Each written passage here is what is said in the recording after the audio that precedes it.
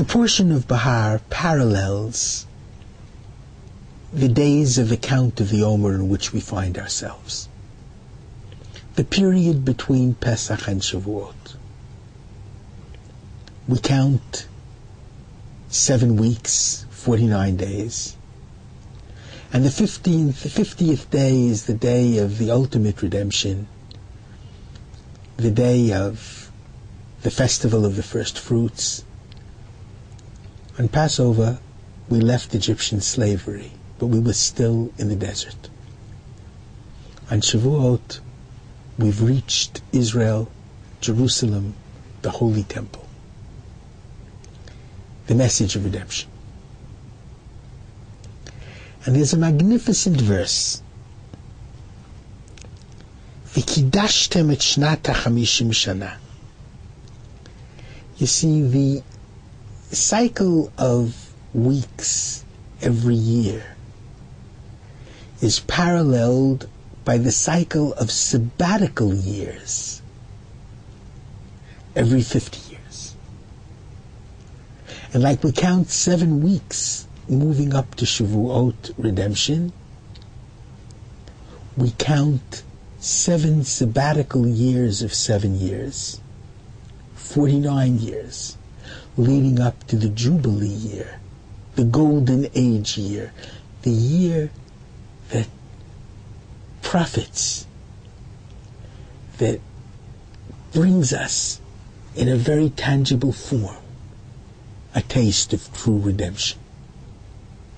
V'kidashtem et shnata chamishim shana, and you shall sanctify the 50th year. Leviticus 25, verse 10. Ukratim dror ba'aretz l'chol yoshveha, and you shall declare freedom in the land for all of its inhabitants. Yovel hitiyeh lachem, it shall be for you a jubilee, and every individual shall dwell in his inheritance. Every individual shall return to his family homestead. It's a beautiful, beautiful vision. And the part of this verse which is so universal, and you shall declare freedom throughout the land for all of the inhabitants. And throughout the land can mean Israel, and throughout the land can mean for all the earth, for all humanity. You see, Judaism has given magnificent gifts to the world. The Sabbath day, a day of rest each week. The sabbatical year, a year of rest every 7 years.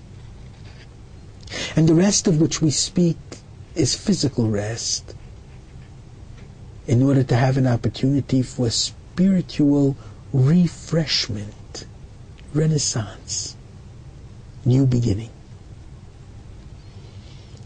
And the 50th year after 7 such sabbaticals is the year of the promise of freedom.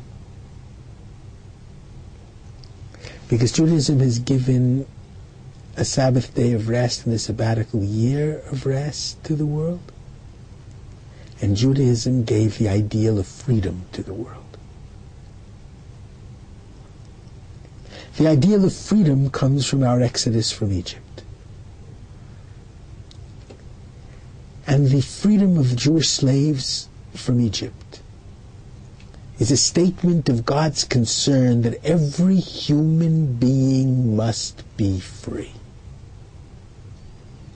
And therefore the Jews declared at the Red Sea, Hashem yimloch li'olam va'ed, may God rule forever and ever.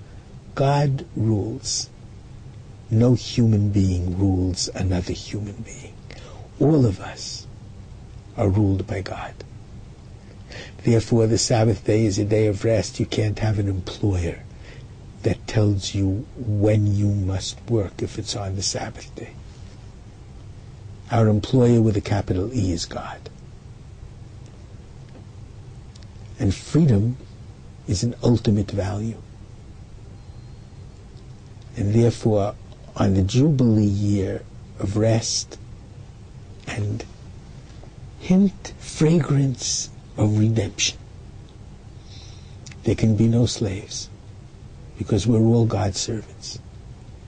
Under God, every one of us must be free.